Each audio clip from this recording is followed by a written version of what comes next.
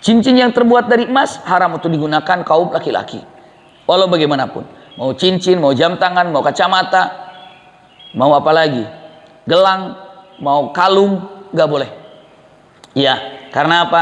Karena ini adalah diharamkan. Dan punten beberapa gini, apapun yang diharamkan dalam syariat pasti ada tujuannya, pasti ada sesuatu yang tidak baik apabila kita menggunakannya. Ternyata usikum wa iyaya nafsi bitaqwallah. Wallahu a'lam, beberapa penelitian yang namanya emas apabila nempel di laki-laki, ya sama di perempuan juga, ya, itu menghalangi daripada jalan darah yang sebaiknya darah itu mengalir dengan ketentuan yang sehat, itu berapa dan per berapa, itulah darah itu akan bergerak.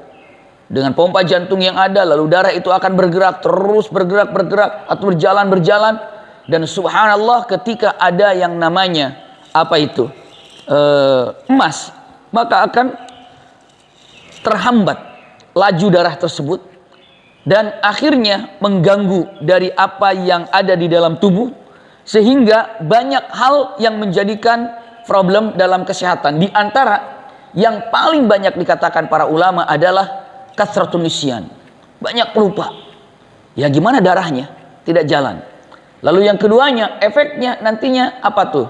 Yang bergerak begitu, peran Kristen apa ya? Nah itu dia penyakitnya. Saya susah menyebutkannya. Tapi dengan matan kalimatnya, atau ada yang mengatakan Alzheimer atau Protestan tadi, jangan gerakan seperti ini. Nah itulah gambarannya ketika orang ini punten menggunakan zahab, iya, emas. Lalu kalau perempuan, iya, kenapa? Karena darahnya selalu dibuang dengan apa? Dengan kotoran-kotoran ketika haid. Itulah kalau wanita. Kalau laki-laki kan tidak ada laki-laki haid.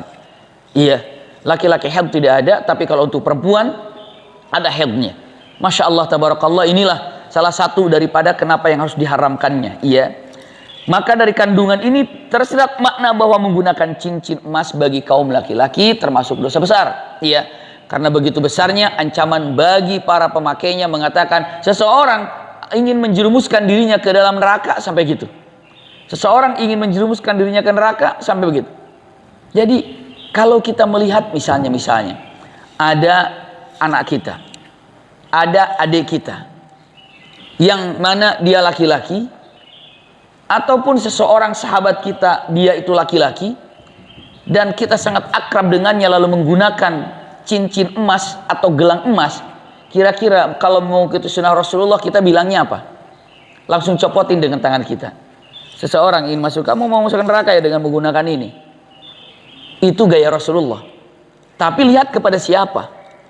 Tapi sama orang yang nggak kenal, baru ketemu di jalan aja, kamu masuk neraka, dikaplok lah kita. Kenapa? Ya harus begitulah, lihat. Berarti paling tidak ini sama adik saja, sama kakak saja nggak mungkin kita langsung main copot aja. Tapi kita mengatakan, Kak, tahu nggak Kak? Ini haram loh Kak, bahaya. Ada hadis Rasulullah begini, itu dengan lisan. Tapi kalau ada orang di jalan, cincinnya emas, ininya laki-laki pula, aduh copot nggak mungkin, dengan lisan nggak mungkin. Akhirnya apa? Biqalbi. Yang penting jangan pernah setuju dengan seseorang menggunakan emas, seorang laki-laki menggunakan emas. Jangan pernah setuju. Jangan pernah setuju untuk melihat hal yang mungkar tersebut.